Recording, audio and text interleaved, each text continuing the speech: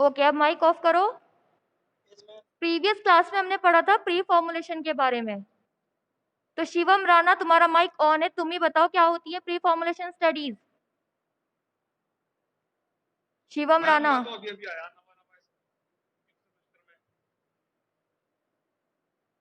मुझे भी पता है कौन हो तुम।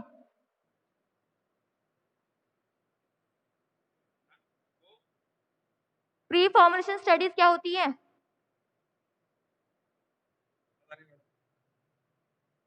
इब्तिशाम, इब्तिशाम।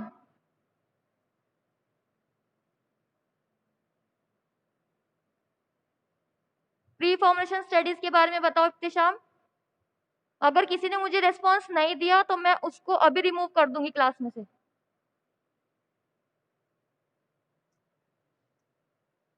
इब्तिशाम, माइक ऑन करो अपना। क्या होती है प्री फॉर्मुलेशन स्टडीज? थे नहीं तुम क्लास में?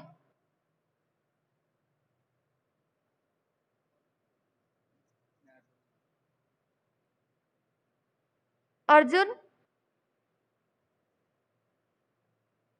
अर्जुन, क्या होती है प्री फॉर्मुलेशन स्टडीज?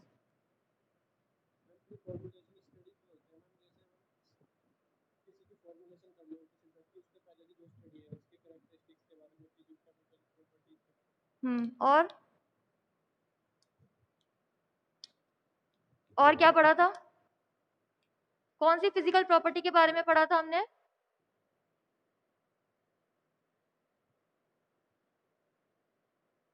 क्रिस्टलाइन और एमोर्फस के बारे में पढ़ा था। क्या होती है क्रिस्टलाइन और एमोर्फस? क्या डिफरेंस होता है दोनों में?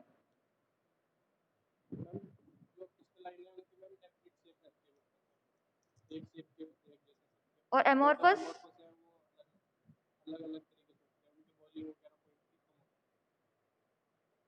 और पॉलीमॉर्फिज्म क्या होता है?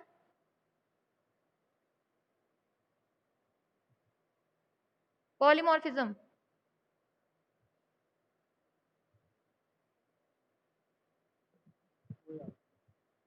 जया। Yes ma'am. पॉलीमॉर्फिज्म क्या होता है? मैम जब वो एमोर्फस फॉर्म क्रिस्टलाइन फॉर्म में चेंज हो जाता है तो वो एक से ज्यादा फॉर्म में प्रेजेंट होता है, उसको बोलते हैं पॉलीमॉर्फिज्म। कितने टाइप्स के होते हैं? टाइप्स दो टाइप के होते हैं मैम, मोनोटॉपिक और एनेंशियोटॉपिक। क्या डिफरेंस होता है दोनों में? मोनोटॉपिक जो होता है वो इरिवर्सिबल होता है, वो स्टेबल फॉर्म में आ जाता है। और एनेंशियोट्रॉपिक? एक बार अगर वो रिवर्सिबल होता है, मतलब अगर वो स्टेबल फॉर्म इनस्टेबल से स्टेबल आए तो फिर वो इनस्टेबल फॉर्म में चला जाएगा। एग्जाम्पल्स? मोनोटॉपिक का एग्जांपल है वो ग्लिसराइल एस्टरेट और एनेंशियोटॉपिक है sulphur. Monish, good, good Jaya. Monish, yes ma'am, yes तुम मैम। बताओ इनएंशियोट्रॉपिक और मोनोट्रॉपिक के बारे में। मतलब मोनोट्रॉपिक का तो यही हो जाएगा आयरन, जैसे कि आयरन को अगर हम मेल्ट कर देते हैं एक बार, तो वो अपने फॉर्म में दोबारा उसी शेप में नहीं आ सकता। और एनेंशियोmer का हो गया गोल्ड, इनएंशियो सल्फर। सल्फर, ठीक है, गुड। तो हमने पढ़ा था प्री फॉर्मुलेशन स्टडीज के बारे में। प्री फॉर्मुलेशन स्टडीज वो स्टडीज हैं जो किसी भी, नहीं, सल्फर है। तो हमने पढ़ा था प्री फॉर्मुलेशन स्टडीज के बारे में। प्री फॉर्मुलेशन स्टडीज वो स्टडीज हैं जो किसी प्रोडक्ट के फॉर्मुलेट होने से पहले की स्टडीज हैं। नाम से पता लग रहा है प्री फॉर्मुलेशन। अगर दोनों को हम अलग करें, प्री को अलग करें, फॉर्मुलेशन को अलग करें, तो क्या बना? यानी कि किसी भी प्रोडक्ट की फॉर्मुलेशन होने से पहले हम प्री फॉर्मुलेशन स्टडीज करते हैं। और इसमें हमने क्या पढ़ा था? Physical properties. ज्यादातर फिजिकल प्री फॉर्मुलेशन स्टडीज में हम फिजिकल और केमिकल कैरेक्टरिस्टिक्स पढ़ते हैं। तो हमने फर्स्ट क्लास में अपने पढ़ा था फिजिकल प्रॉपर्टी के बारे में। और फिजिकल प्रॉपर्टी में हमने पढ़ा था फिजिकल फॉर्म। और फिजिकल फॉर्म कितने उसमें डिवाइड हो जाता है, फर्स्ट आपका क्रिस्टलाइन, सेकंड एमॉर्फस। क्रिस्टलाइन की जो मॉलिक्यूलर अरेंजमेंट होता है, एटम और मॉलिक्यूल का मॉलिक्यूलर अरेंजमेंट पास पास होता है, इस वजह से जो उसका स्ट्रक्चर है वो रिजिड होता है, जल्दी से चेंज नहीं हो सकता। और एमॉर्फस में क्या होता है, जो मॉलिक्यूलर अरेंजमेंट होता है एटम्स और मॉलिक्यूल्स का, वो दूर दूर होता है, इरेगुलरली पैक्ड होता है। फिर उसके बाद हमने पढ़ा था पॉलीमॉर्फिज्म के बारे में। पॉलीमॉर्फिज्म होता है किसी भी कंपाउंड अपने उसमें चेंज लाके एक से ज्यादा क्रिस्टलाइन फॉर्म में चेंज हो जाना। उसमें क्या होता है, पॉलीमॉर्फिज्म दो चीजों में डिवाइड हो जाता है। फर्स्ट आपका होता है इनैनिसोट्रॉपिक, सेकंड होता है मोनोट्रॉपिक। इनैनिसोट्रॉपिक और मोनोट्रॉपिक में ये डिफरेंस है, जो इनैनिसोट्रॉपिक है वो क्या करता है, अनस्टेबल से स्टेबल फॉर्म में आ सकता है। बट जो आपका मोनोट्रॉपिक होता है वो अगर एक बार अनस्टेबल हो गया, टेम्परेचर या ऐसा उसको प्रेशर मिला कि वो एक बार अनस्टेबल हो गया, तो उसके बाद वो स्टेबल फॉर्म में नहीं आ सकता। आज हम स्टार्ट करेंगे पार्टिकल साइज के बारे में। तो पार्टिकल साइज से कैसे आपका जो प्री फॉर्मुलेशन स्टडीज है कैसे स्टडी हो सकती है। पार्टिकल साइज, अगर जितने बड़े आपके पार्टिकल साइज होंगे उतना ही ज्यादा उसका सरफेस एरिया भी होगा। अगर आपके पार्टिकल साइज यूनिफॉर्म ना होके ज्यादा हो जाएंगे, ज्यादा उसका साइज हो जाएगा, तो उससे क्या होगा, हीट आने पे उसकी जो प्रॉपर्टी है वो बहुत ज्यादा डिग्रेड होने लगेगी। और अगर पार्टिकल साइज कम हो जाता है तो कम होने से क्या होगा, उसकी जो पाउडर और जो आपका पाउडर है उसके बीच में क्या होगा, इतनी प्रेजेंस हो जाएंगे गैस और मॉलिक्यूल्स की, उसकी वजह से ड्राइंग प्रोसेस जब आपकी होती है, जब आपका कोई भी प्रोडक्ट बनने जाता है मैन्युफैक्चरिंग में, तब ड्राइंग भी होती है। तो ड्राइंग प्रोसेस के टाइम पे वो पाउडर, आपके जो ग्रैन्यूल्स हैं, क्या हो जाते हैं, वेट रह जाते हैं। तो जिसकी वजह से प्रॉपरली ड्राइंग नहीं हो पाएगी, वेट रह जाएंगे। और वेट रहने से क्या होगा, वो आपके कंप्रेशन पे जाते जाते वो प्रॉपरली कंप्रेस नहीं हो पाएंगे आपके टैबलेट्स, और जो उसका डिसइंटीग्रेशन जो टेस्ट है वो फेल हो जाएगा। तो आपका पार्टिकल साइज से क्या इन्फ्लुएंस होता है, ड्रग डिसोल्यूशन आपका इन्फ्लुएंस होता है, एब्जॉर्प्शन, कंटेंट की यूनिफॉर्मिटी, और उसका टेक्सचर टेस्ट भी चेंज हो सकता है पार्टिकल साइज से। तो पार्टिकल साइज को हम डिटरमाइन कैसे करते हैं, 5 उसके जो आपके मेथड्स हैं पार्टिकल साइज को डिटरमाइन करने के। फर्स्ट है सीविंग, लिख लो अगर आपके पास नोटबुक है तो। methods to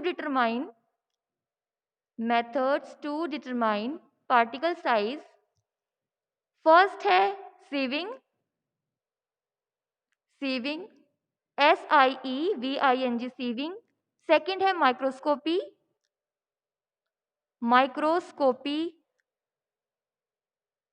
थर्ड है सेडिमेंटेशन रेट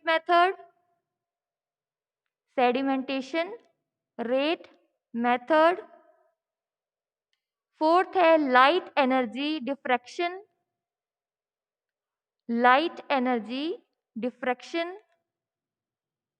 फिफ्थ है लेजर होलोग्राफी HOLOGRAPHY। तो कौन कौन से मेथड्स बताए मैंने Maharshi? Ma'am sieving, microscopy, sedimentation rate और लाइटनिंग एनर्जी डिफ्रैक्शन और लेजर होलोग्राफी। गुड। अब हम सीविंग, माइक्रोस्कोपी और सेडिमेंटेशन रेट के बारे में पढ़ेंगे। जो लास्ट के 2 मेथड है वो आप खुद से प्रिपेयर करोगे, और नेक्स्ट क्लास में मैं आपसे पूछूंगी उसके बारे में, ठीक है? ये आपको खुद करना है, और जिसको भी डाउट होगा वो मैं बताऊंगी, लेकिन आपको खुद से इसके नोट्स प्रिपेयर करने हैं। तो फर्स्ट है आपकी सीविंग मेथड। शुरू के 3 कर लेते हैं, बाद में बता दो। क्या कह रहे हो, कौन बोल रहा है ये? बता दो आप अर्जुन बारे में। तुम्हें पता है फर्स्ट 3 के बारे में? वो कर लेंगे मैम, और ये लास्ट के आप बता दीजिए मैम। दो ये भी मैं ही बताऊंगी, मैंने ये नहीं बोला है कि तुम कर लेना तो कर लेना, मैंने बोला है कि एक होमवर्क है तुम्हारा, तुम इसको करके लेके आओगे, मैं तुमसे पूछूंगी, अगर तुमसे नहीं होगा तो मैं ही कराऊंगी इसको भी। तो सीविंग मेथड क्या होता है, सीविंग अर्जुन? मैम सीव्स के सीव्स के द्वारा प्रोडक्ट को निकाला जाता है, छाना जाता है एक तरीके से, गुड जो अलग अलग पार्टिकल साइज, पार्टिकल शेप से अलग अलग कर लिया जाता है। गुड। तो सीविंग होता क्या है? एक तो इसमें कौन कौन से पार्टिकल जो साइज रेंज है कितना एस्टिमेट हो सकता है? 5 टू 150 माइक्रोन, 5 से 150 माइक्रोन के पार्टिकल साइज इसमें एस्टिमेट हो सकते हैं।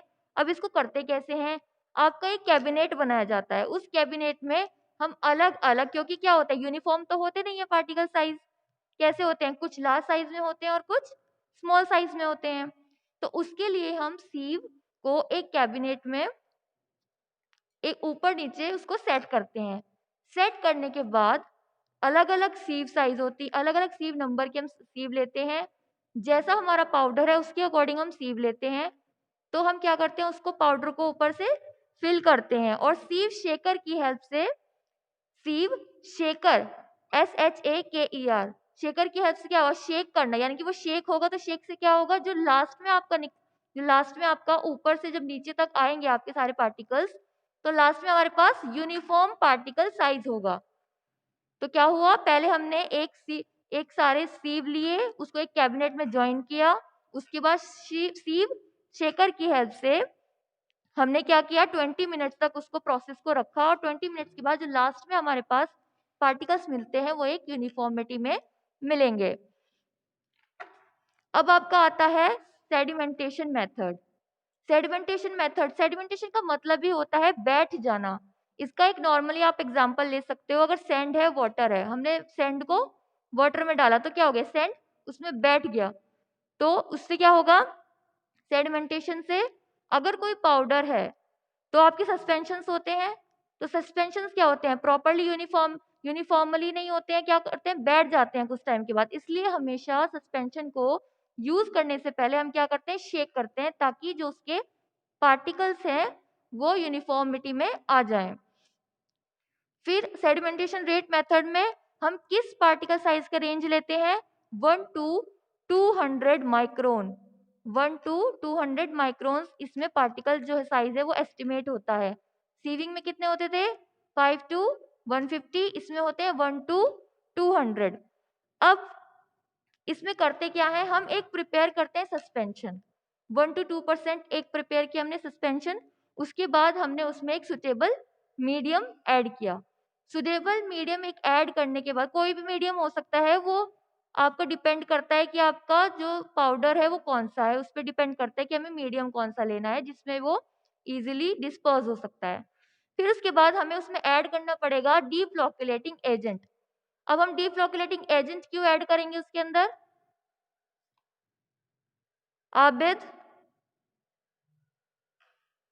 आबिद अली, माइक ऑन करो अपना।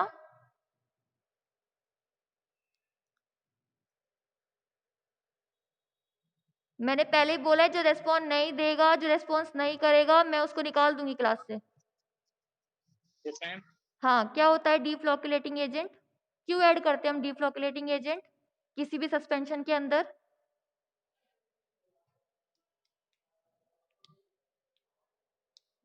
नहीं पता? ओके, बाबूराम। मैम इसको ऐड करते हैं ताकि ये केक ना बनाए। और मैम एक दूसरे से अलग रहे। और क्या डिफरेंस होता है फ्लोकुलेटिंग एजेंट में और डीफ्लोकुलेटिंग एजेंट में? मैम डीफ्लोकुलेटिंग एजेंट जो इसको एक दूसरे से ज्वाइन ना होने दे, और फ्लोकुलेटिंग एजेंट जो एक दूसरे से ज्वाइन कर दे। गुड गुड, माइक ऑफ कर दो अपना। तो हम इसमें डीफ्लोकुलेटिंग एजेंट ऐड करेंगे ताकि जो आपके पार्टिकल्स हैं वो एक यूनिफॉर्म फॉर्म में आ जाएं। अगर हम डीफ्लोकुलेटिंग एजेंट नहीं करेंगे तो क्या केक फॉर्मेशन हो सकता है, वो जल्दी से बैठ सकते हैं। बट डीफ्लोकुलेटिंग एजेंट से क्या होगा, वो कुछ टाइम के लिए रहेंगे, कुछ टाइम के लिए ही, बट कुछ टाइम के लिए वो यूनिफॉर्मिटी में आ जाएंगे। तो उसके बाद हमने क्या किया, हमने सस्पेंशन बनाया, उसमें एक सुटेबल मीडियम ऐड किया, उसके बाद हम उसमें डीफ्लोकुलेटिंग एजेंट ऐड करेंगे, फिर उसके बाद हम उसको सस्पेंशन को ट्रांसफर करेंगे एक वेजल पे, एक वेजल के अंदर उसको ट्रांसफर किया और उसको हम क्या करेंगे, पहले उसको शेक करेंगे, शेक करने के बाद उसको एक जगह पे रख देंगे। शेक करने के बाद जब हम रखेंगे उसके बाद हम डिफरेंट डिफरेंट टाइम इंटरवल्स पे ये चेक करेंगे कि आपका ये कितने टाइम में नीचे आपका सेडिमेंट हो रहा है। हम कितने सैंपल्स लेंगे? 10 सैंपल्स लेंगे और 10 सैंपल्स का अलग अलग टाइम इंटरवल्स पे 5 मिनट ले सकते हैं, 10 मिनट्स ले लिया, 15 मिनट्स ले लिया, 5 की मिनट का हमने गैप लेके इसका क्या किया, एक हमने टेबल बना ली। और फिर उसके बाद 10 सैंपल्स लेने के बाद निकालने के बाद हम सैंपल्स का क्या करेंगे, चेक करेंगे कि इतने टाइम में इतने पार्टिकल्स सेडिमेंट हुए हैं और एक उसका मीन निकालेंगे, अर्थमेटिक मीन निकालेंगे। तो ये हुआ आपका सेडिमेंटेशन मेथड। एक इसका फॉर्मूला होता है एस्टिमेट करने का, मैं अपनी स्क्रीन प्रेजेंट कर रही हूँ, मुझे बताना कि आपको स्क्रीन प्रेजेंट हुई है या नहीं हुई है।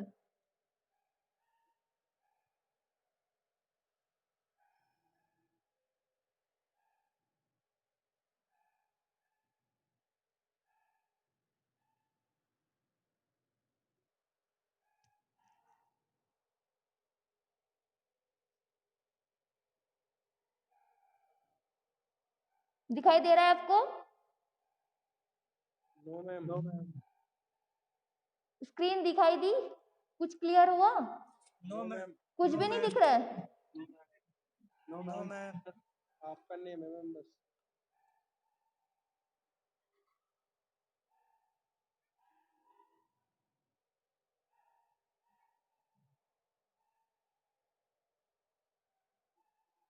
अब भी दिखा था मैम, ठीक है मैम, ठीक है मैम, ठीक है मैम। दिख रहा है तुम्हें फॉर्मूला?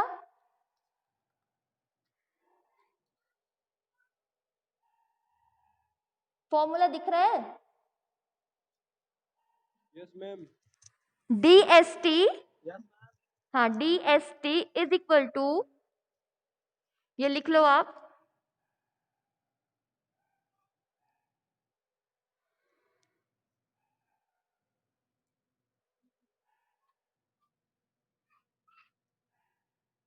अगर क्लियर नहीं होगा मुझे बता देना। मैम वो 18 है। हाँ 18।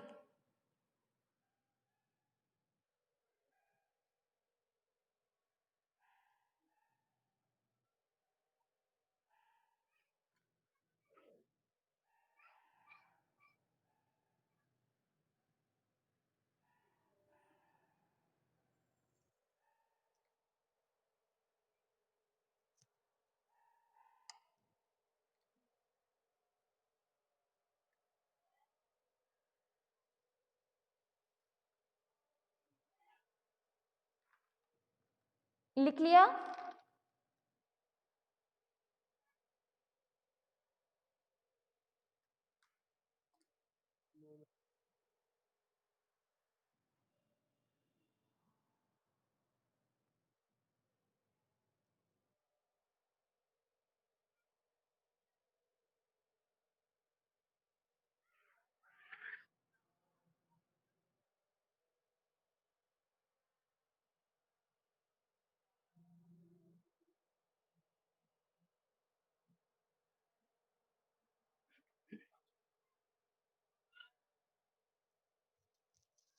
लिख लिया सबने?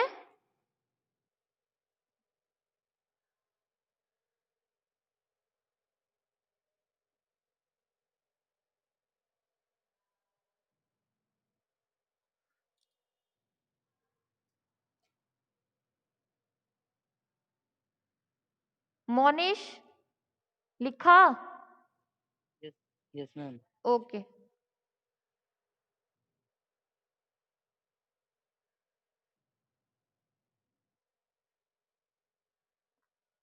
यानी कि हमें सेडिमेंटेशन रेट निकालने के लिए क्या क्या चीजें चाहिए? एक हमें चाहिए डिस्टेंस, कितने डिस्टेंस पे वो फॉल हो रही हैं, जो आपके पार्टिकल्स हैं कितने डिस्टेंस से फॉल हो रहे हैं इन टाइम t। फिर उसके बाद आता है आपको विस्कोसिटी ऑफ द मीडियम, हमें विस्कोसिटी पता होनी चाहिए मीडियम की, डेंसिटी पता होनी चाहिए, density of the dispersion medium और ग्रेविटेशनल फोर्स। ये आपका फॉर्मूला है, इसको याद कर लेना कि सेडिमेंटेशन मेथड जब हम करते हैं इस फॉर्मूले से हम निकाल सकते हैं सेडिमेंटेशन रेट। क्लियर हुआ?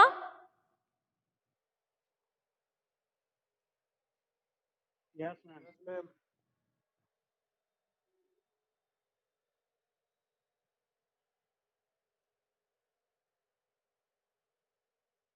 उसके बाद आता है आपका माइक्रोस्कोपी। अब माइक्रोस्कोपी कैसे करते हैं? सबसे पहले कितने पार्टिकल साइज इसमें हम एस्टिमेट कर सकते हैं? 0.2 टू 100 माइक्रोन। कितने? 0.2 टू 100 माइक्रोन एस्टिमेट कर सकते हैं। ये डिपेंड आपको करता है, एक्सप्रेस्ड होता है आपका डायमीटर के बेस पे कि कितना पार्टिकल का डायमीटर है। और ये कैसे पता चलेगा? पहले हम क्या करेंगे, एक स्लरी बनाएंगे 1 to 2%। एक हमने स्लरी बनाई, स्लरी, और स्लरी होती क्या है? स्लरी क्या होती है दानिश? दानिश मैम क्या होती है स्लरी? कभी बनाई है तुमने प्रैक्टिकल में?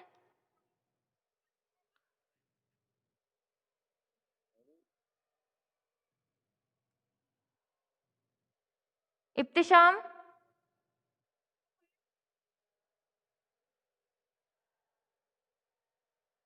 बनाइए स्लरी। जया,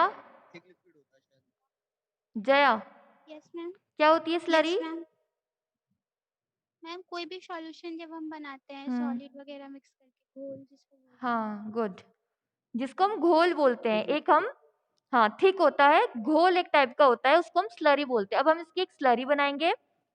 फिर स्लरी बनाने के बाद हम क्या करेंगे, उसमें से 1-2 ड्रॉप लेंगे, एक स्लाइड लेंगे जिसपे हम वो 1-2 ड्रॉप उस स्लरी में से लेके डिस्पर्स करेंगे। और डिस्पर्स करने के बाद हम उसमें माइक्रोस्कोप में रखेंगे, क्योंकि इसका नाम क्या है मेथड का? माइक्रोस्कोपी। तो आपको सिंपल सी बात है, इसमें माइक्रोस्कोप यूज होना ही है। तो माइक्रोस्कोप में हम क्या रखेंगे? स्लाइड रखेंगे। और स्लाइड के पास हम क्या रखेंगे? आईपीस से देखने के बाद हम इसमें कनेक्ट करेंगे माइक्रोमीटर। आपने फिजिकल फार्मेसी में भी किया होगा इसका प्रैक्टिकल। माइक्रोमीटर रखते हैं और उस माइक्रोमीटर में एक स्केल होते हैं। उस स्केल की हेल्प से आईपीस की मदद से हम ये देखेंगे कि कितने आपके पार्टिकल्स जो हैं, कितने कितने उस पे स्पेस में स्पेस ले रहा है, वो हम स्केल पे नोट कर लेंगे। और 3-4 हम कोई भी पार्टिकल ले लेंगे, उसका हम स्केल पे देखेंगे कि ये 1 to 2 या 2 to 3 स्केल ये ले रहा है। तो हम डायमीटर के बेस पे ये मेथड को एस्टिमेट करते हैं। तो आज हमने पढ़ा किसके बारे में? पार्टिकल साइज के बारे में। और मेथड कौन कौन से पढ़े? Sedimentation rate method, optical microscopy और सीविंग मेथड। लास्ट की 2 आप खुद करना, नहीं समझ में आएगा मैं बताऊंगी आपको नेक्स्ट क्लास में।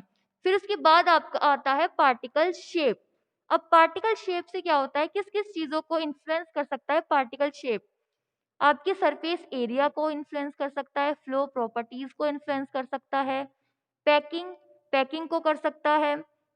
और क्या कर सकता है, अगर जितना ज्यादा आपका पार्टिकल शेप जितना रेगुलर हो, इरेगुलर होगा उतना ही आपका पाउडर क्या होगा? इरेगुलर होगा, तो उतना ही आपका पाउडर यूनिफॉर्मिटी से लैग करेगा। तो इस वजह से क्या होता है, पार्टिकल शेप का भी हमारा ध्यान होना चाहिए कि हम कौन से पार्टिकल शेप है।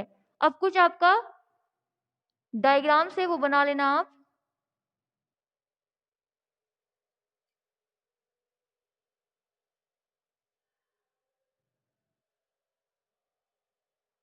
शो हुआ? Yes ma'am. तो इसमें कुछ स्ट्रक्चर्स हैं कि कैसे कैसे पार्टिकल शेप हो सकते हैं, तो ये आप बना लीजिए।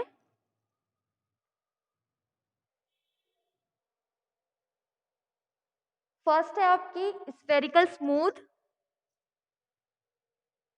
Spherical smooth. सेकंड है स्फेरिकल रफ। थर्ड है spherical irregular. Fourth rounded. Fifth है angular. Six elongated irregular. Seventh acicular. Eight angular. और नाइन्थ है डेंड्राइटिक। ये आपकी शेप्स हैं।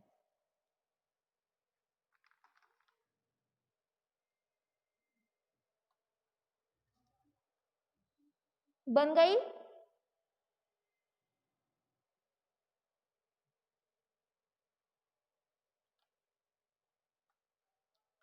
Yes ma'am. इसके नीचे लिखना शेप बनाने के बाद characteristic particle shapes related to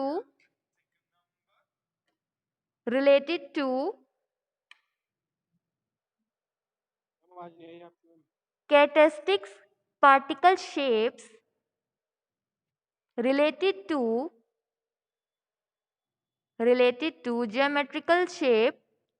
geometrical shape and surface irregularity.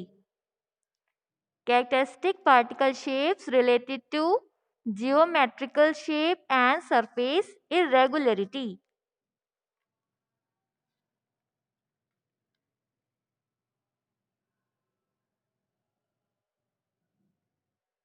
Ma'am हाँ मोनिश, नोट्स तो दोगी ना? हाँ नोट्स मिलेंगे आपको बाद में।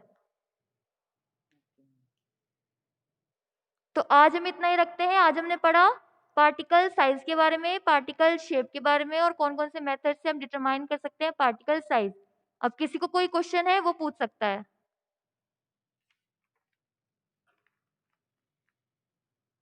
If anyone want to ask a question, then he or she can ask. Ma'am book का नाम बता दीजिए। पीडीएफ है आपके पास मैम? अर्जुन? मैम किसी बुक का पीडीएफ है आपके पास? नहीं, इंडस्ट्रियल फार्मेसी। इंडस्ट्रियल फार्मे की बेटा अलग अलग बुक्स हैं, कोई एक बुक नहीं है इसकी। लैकमेन में भी है इसके बारे में, अलग अलग बुक्स में है। तो आपको नोट्स प्रोवाइड होंगे, ऐसा नहीं है कि नोट्स प्रोवाइड नहीं होंगे, बट अगर आप खुद से बनाना चाहते हो तो आप रेमिंगटन से ले सकते हैं या फिर नेट से ले सकते हैं, अगर आप खुद के नोट्स बनाना चाह रहे हो तो। नहीं तो मैं प्रोवाइड कराऊंगी आपको नोट्स, ऐसी कोई प्रॉब्लम नहीं है। ओके, अब जो मैंने आज पढ़ा है उसके बारे में किसी को कुछ पूछना है? समझ में आ रहा है? क्योंकि मैं तुम्हें फर्स्ट टाइम पढ़ा रही हूँ, मुझे पता भी नहीं तुम्हें समझ में आता भी है या नहीं आता है। अर्जुन, मोनिश, समझ में आता है जो मैं पढ़ाती हूँ? Yes ma'am. अच्छा, बात का पता नहीं।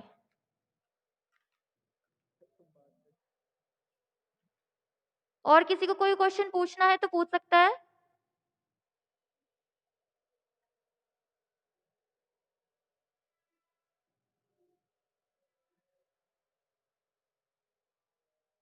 कोई क्वेश्चन नहीं है? हम कॉलेज कब खुलेंगे मैम? कॉलेज खुल गए हैं, ऑनलाइन क्लासेस चल तो रही हैं। Thank you class.